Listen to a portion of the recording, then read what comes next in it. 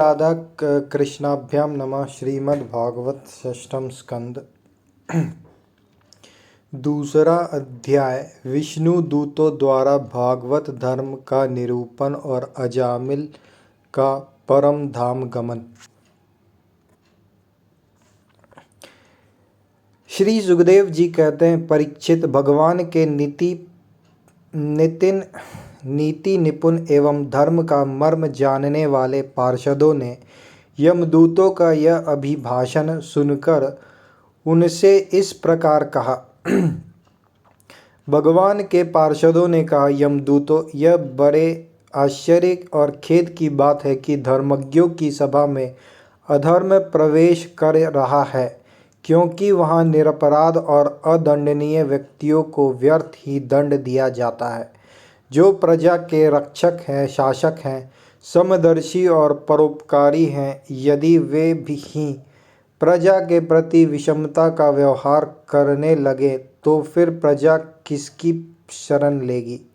सत्पुरुष जैसा आचरण करते हैं, साधारण लोग भी वैसा ही करते हैं। वे अपने आचरण के द्वारा जिस कर्म को धर्मानुकूल प्रमाणित कर देते हैं, लोग उसी का अनुकरण करने लगते हैं। साधारण लोग पशुओं के समान धर्म और अधर्म का स्वरूप न जानकर किसी सत्पुरुष पर विश्वास कर लेते हैं। उसकी गोद में सिर रखकर निर्भय और निश्चिंत सो जाते हैं। वही दयालु सत्पुरुष जो प्राणियों का अत्यंत विश्वास पात्र है और जिसे मित्र भाव से अपना हितैषी समझकर उन्होंने आत्मसमर्पण कर दिया है, उन अज्ञानी जीवों के साथ कैसे विश्वासघात कर सकता है। यमदूतों, इसने कोटि कोटि जन्मों की पाप राशि का पूरा पूरा प्रायश्चित कर लिया है, क्योंकि इसने विवश होकर ही सही भगवान के परम कल्याण में मोक्षप्रद नाम का उच्चारण तो किया है। जिस समय इसने नारायण इन 4 अक्षरों का उच्चारण किया, उसी समय केवल उतने से ही इस पापी के समस्त पापों का प्रायश्चित हो गया। चोर, शराबी, मित्रद्रोही, ब्रह्मघाती, गुरु पत्नीगामी ऐसे लोगों का संसर्गी, स्त्री, राजा, पिता और गाय को मारने वाला, चाहे जैसा और चाहे जितना बड़ा पापी हो, सभी के लिए यही इतना ही सबसे बड़ा प्रायश्चित है कि भगवान के नामों का उच्चारण किया जाए, क्योंकि भगवान नामों के उच्चारण से मनुष्य की बुद्धि भगवान के गुण, लीला और स्वरूप में रम जाती है और स्वयं भगवान की उसके प्रति आत्मीय बुद्धि हो जाती है। बड़े बड़े ब्रह्मवादी ऋषियों ने पापों के बहुत से प्रायश्चित कृच्छ्रचांद्रायण आदि व्रत बतलाए हैं, परंतु उन प्रायश्चितों से पाप की वैसी जड़ से शुद्धि नहीं होती जैसी भगवान के नामों का उनसे गुम्फित पदों का उच्चारण करने से होती है, क्योंकि वे नाम पवित्र, कीर्ति, भगवान के गुणों का ज्ञान कराने वाले हैं। यदि प्रायश्चित करने के बाद भी मन फिर से कुमार्ग में पाप की ओर दौड़े तो वह चरम सीमा का पूरा पूरा प्रायश्चित नहीं है। इसलिए जो लोग ऐसा प्रायश्चित करना चाहें कि जिससे पाप कर्मों और वासनाओं की जड़ ही उखड़ जाए, उन्हें भगवान के गुणों का ही गान करना चाहिए, क्योंकि उससे चित्त सर्वथा शुद्ध हो जाता है। इसलिए यमदूतों, तुम लोग अजामिल को मत ले जाओ। इसने सारे पापों का प्रायश्चित कर लिया है, क्योंकि इसने मरते समय भगवान के नाम का उच्चारण किया है। बड़े बड़े महात्मा पुरुष यह बात जानते हैं कि संकेत में किसी दूसरे अभिप्राय से, परिहास में, तान आलापनों में अथवा किसी की अवहेलना करने में भी यदि कोई भगवान के नामों का उच्चारण करता है तो उसके सारे पाप नष्ट हो जाते हैं। जो मनुष्य गिरते समय, पैर फिसलते समय, अंग भंग होते समय और सांप के डसते, आग में जलते तथा चोट लगते समय भी विवशता से हरि हरि कहकर भगवान के नाम का उच्चारण कर लेता है, वह यम यातना का पात्र नहीं रह जाता। महर्षियों ने जानबूझकर बड़े पापों के लिए बड़े और छोटे पापों के लिए छोटे प्रायश्चित बतलाए हैं। इसमें संदेह नहीं कि उन तपस्या, दान, जप आदि प्रायश्चितों के द्वारा वे पाप नष्ट हो जाते हैं, परंतु उन पापों से मलिन हुआ उसका हृदय शुद्ध नहीं होता। भगवान के चरणों की सेवा से वह भी शुद्ध हो जाता है।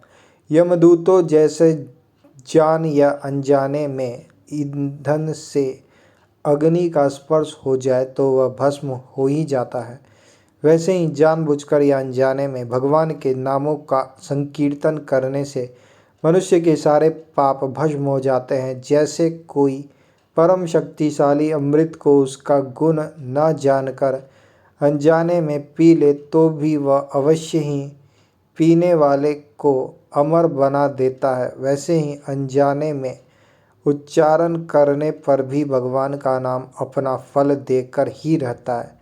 वस्तु शक्ति श्रद्धा की अपेक्षा नहीं करती। इस प्रसंग में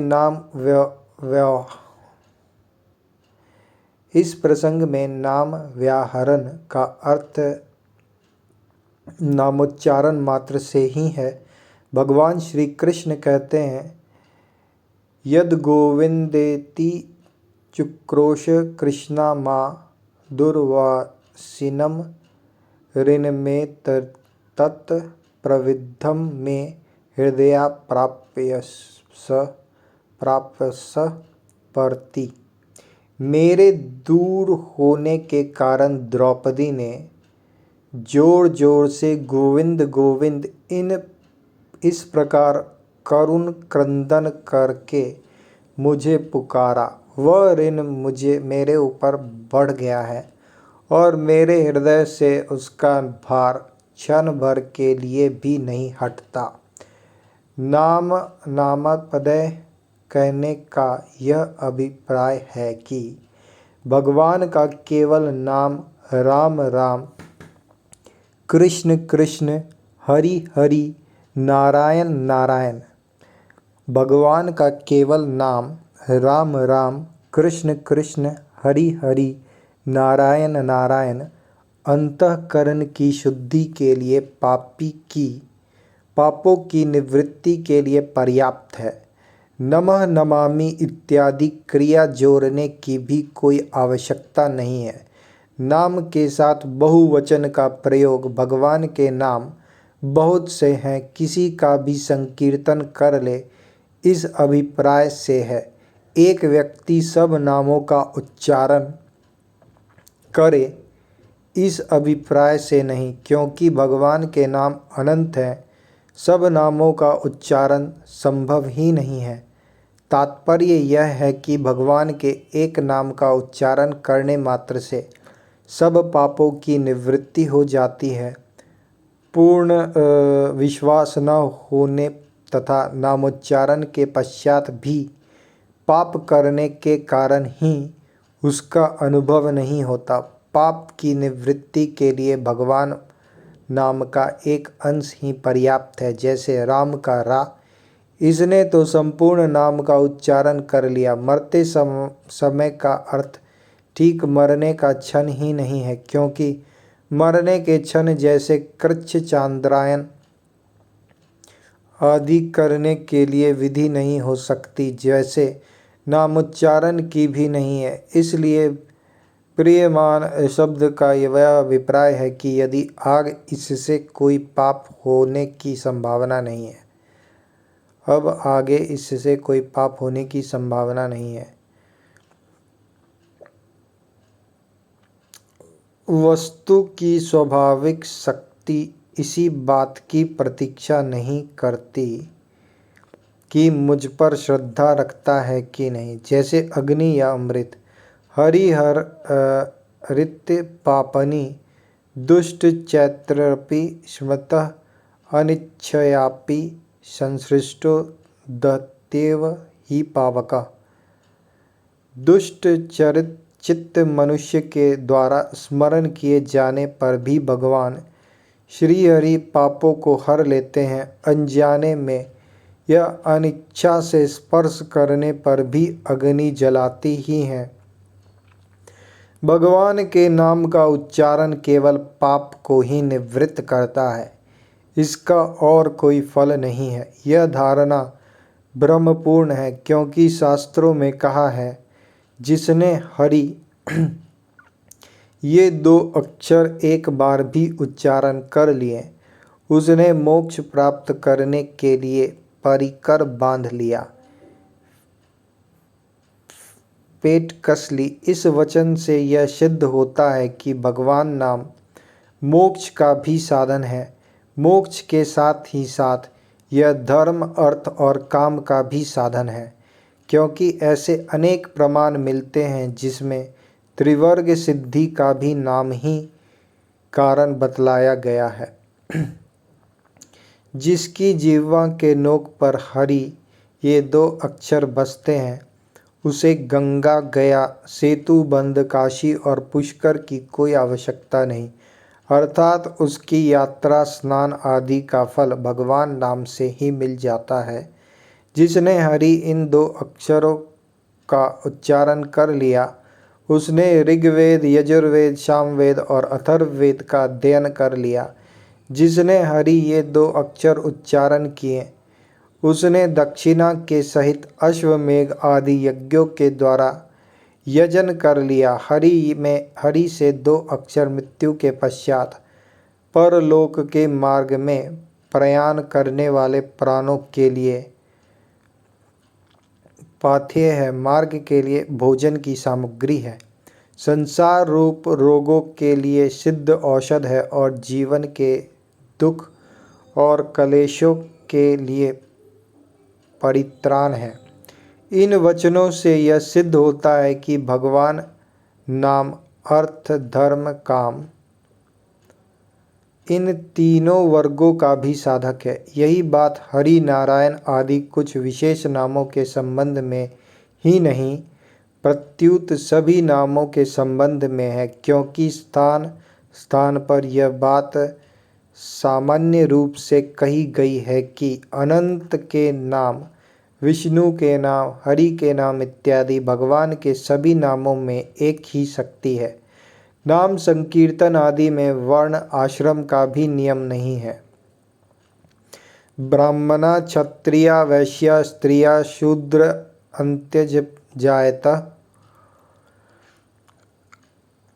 यत्र तत्रानुकुर्वन्ति विष्णुर्नामो अनुकीर्तनम सर्वपाप विनिर्मुक्तो अस्तोऽपि यान्ति सनातनम। ब्राह्मण, क्षत्रिय, वैश्य, स्त्री, शूद्र, अन्त्यज आदि जहाँ तहाँ विष्णु भगवान के नाम का अनुकीर्तन करते रहते हैं, वे भी समस्त पापों से मुक्त होकर सनातन परमात्मा को प्राप्त होते हैं। नाम संकीर्तन में देश, काल आदि के नियम भी नहीं है।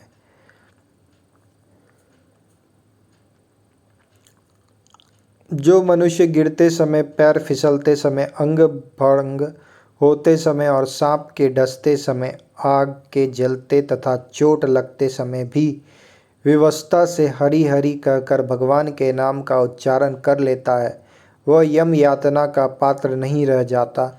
महर्षियों ने जानबूझकर बड़े पापों के लिए बड़े और छोटे पापों के लिए छोटे प्रायश्चित बतलाए हैं। इसमें संदेह नहीं कि उन तपस्या, दान, जप आदि प्रायश्चितों के द्वारा वे पाप नष्ट हो जाते हैं, परंतु उन पापों से मलिन हुआ उसका हृदय शुद्ध नहीं होता। भगवान के चरणों की सेवा से वह भी शुद्ध हो जाता है। यमदूतों जैसे जान या अनजाने में ईंधन से अग्नि का स्पर्श हो जाए तो वह भस्म हो ही जाता है, वैसे ही जानबूझकर या अनजाने में भगवान के नामों का संकीर्तन करने से मनुष्य के सारे पाप भस्म हो जाते हैं। जैसे कोई परम शक्तिशाली अमृत को उसका गुण ना जानकर अनजाने में पी ले तो भी वह अवश्य ही पीने वाले को अमर बना देता है, वैसे ही अनजाने में उच्चारण करने पर भी भगवान का नाम अपना फल देता ही रहता है। वस्तु शक्ति श्रद्धा की अपेक्षा नहीं करती।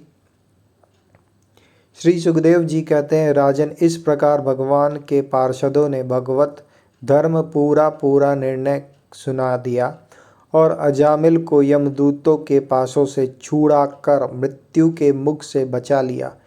प्रिय परीक्षित, पार्षदों की यह बात सुनकर यमदूत यमराज के पास गए और उन्हें यह सार वृत्तांत ज्यों का त्यों सुना दिया। अजामिल यमदूतों के फंदे से छूटकर निर्भय और स्वस्थ हो गया। उसने भगवान के पार्षदों के दर्शन जनित आनंद में मग्न होकर उन्हें सिर झुकाकर प्रणाम किया। निष्पाप परीक्षित, भगवान के पार्षदों ने देखा कि अजामिल कुछ कहना चाहता है, तब वे सहसा उसके सामने ही वहां अंतर्धान हो गए।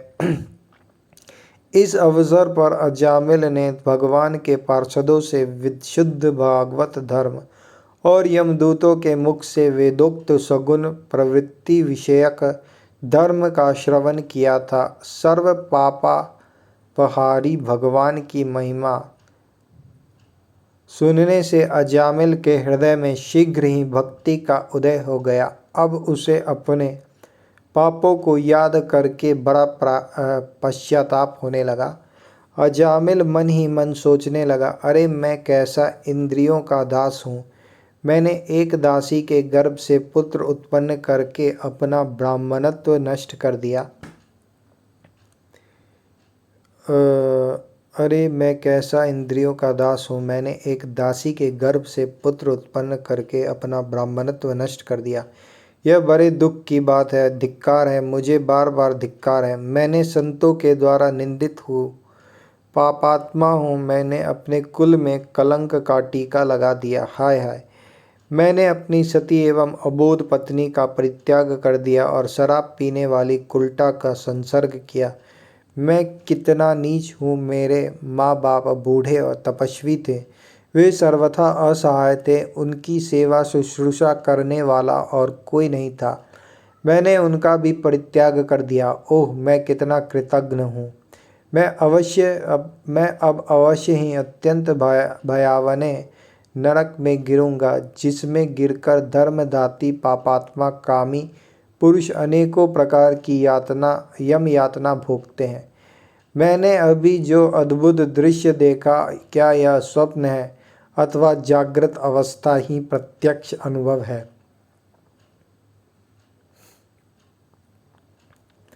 अभी अभी जो हाथों में फंदा लेकर मुझे खींच रहे थे, वे कहाँ चले गए? अभी अभी वे मुझे अपने फंदों में फंसाकर पृथ्वी के नीचे ले जा रहे थे, परंतु 4 अत्यंत सुंदर सिद्धों ने आकर मुझे छुड़ा लिया। वे अब कहाँ चले गए? यद्यपि मैं इस जन्म का महापापी हूँ, फिर भी मैंने पूर्व जन्मों में अवश्य ही शुभ कर्म किए होंगे, तभी तो मुझे इस श्रेष्ठ देवताओं के दर्शन हुए।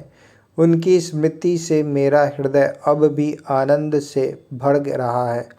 मैं कुल्टागामी और अत्यंत अपवित्र हूँ। यदि पूर्व जन्म में मैंने पुण्य न किए होते तो मरने के समय मेरी जीभ भगवान के मनमोहक नाम का उच्चारण कैसे कर पाती।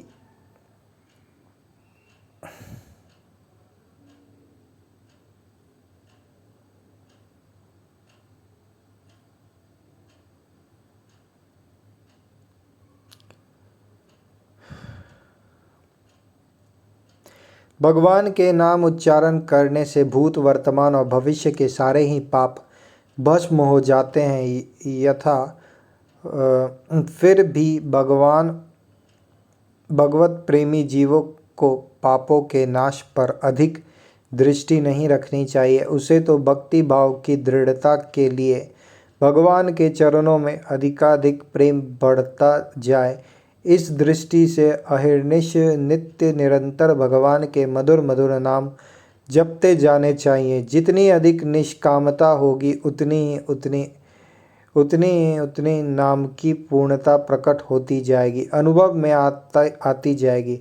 अनेक तार्किकों के मन में यह कल्पना उठती है कि नाम की महिमा वास्तविक नहीं है, अथर्ववाद मात्र है। उनके मन में यह धारणा तो हो ही जाती है कि शराबी की एक बूंद भी पतित बनाने के लिए पर्याप्त है, परंतु यह विश्वास नहीं होता कि भगवान का एक नाम भी परम कल्याणकारी है। शास्त्रों में भगवान नाम महिमा को अथर्ववाद समझना पाप बताया है।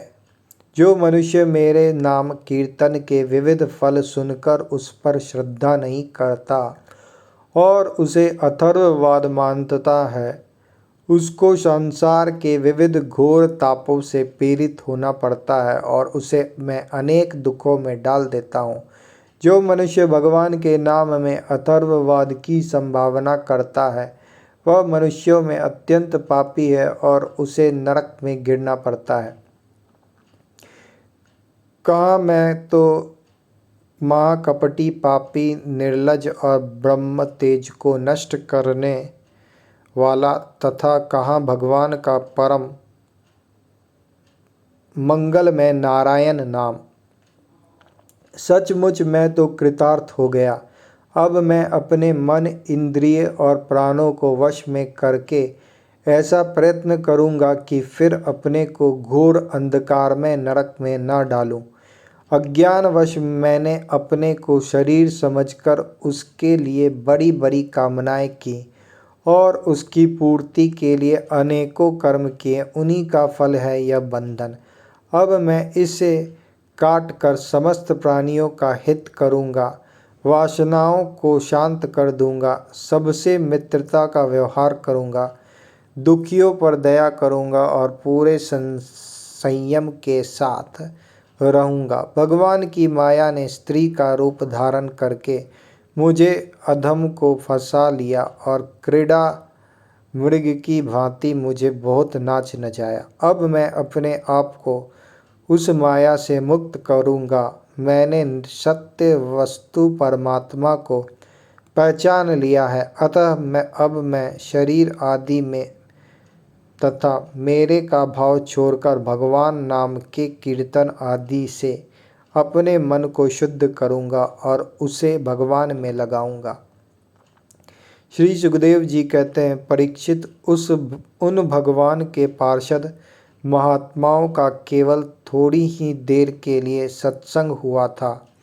इतने से ही अजामिल के चित्त में संसार के प्रति तीव्र वैराग्य हो गया। वे सब के संबंध और मोह को छोड़कर हरिद्वार चले गए। उस देवस्थान में जाकर वे भगवान के मंदिर में आसन से बैठ गए और उन्होंने योग मार्ग का आश्रय लेकर अपनी सारी इंद्रियों को विषयों से हटाकर मन में लीन कर लिया और मन को बुद्धि में मिला लिया। इसके बाद आत्मचिंतन के द्वारा उन्होंने बुद्धि को विषयों से पृथक कर लिया तथा भगवान के धाम अनुभव स्वरूप पर ब्रह्म में जोड़ दिया। इस प्रकार जब अजामिल की बुद्धि त्रिगुणमयी प्रकृति से ऊपर उठकर भगवान के स्वरूप में स्थित हो गई, तब उन्होंने देखा कि उनके सामने वे ही चारों पार्षद जिन्हें उन्होंने पहले देखा था खड़े हैं। अजामिल ने सिर झुकाकर उन्हें नमस्कार किया। उनका दर्शन पाने के बाद उन्होंने उस तीर्थ स्थान में गंगा के तट पर अपना शरीर त्याग दिया और तत्काल भगवान के पार्षदों का स्वरूप प्राप्त कर लिया। अजामिल भगवान के पार्षदों के साथ स्वर्ण में विमान पर आरूढ़ होकर आकाश मार्ग से भगवान लक्ष्मीपति के निवास स्थान वैकुंठ को चले गए। परीक्षित, अजामिल ने दासी का सहवास करके सारा धर्म कर्म चौपट कर दिया था। वे अपने निंदित कर्म के कारण पतित हो गए थे। नियमों से च्युत हो जाने के कारण उन्हें नरक में गिराया जा रहा था। परंतु भगवान के एक नाम का उच्चारण करने मात्र से वे उससे तत्काल मुक्त हो गए।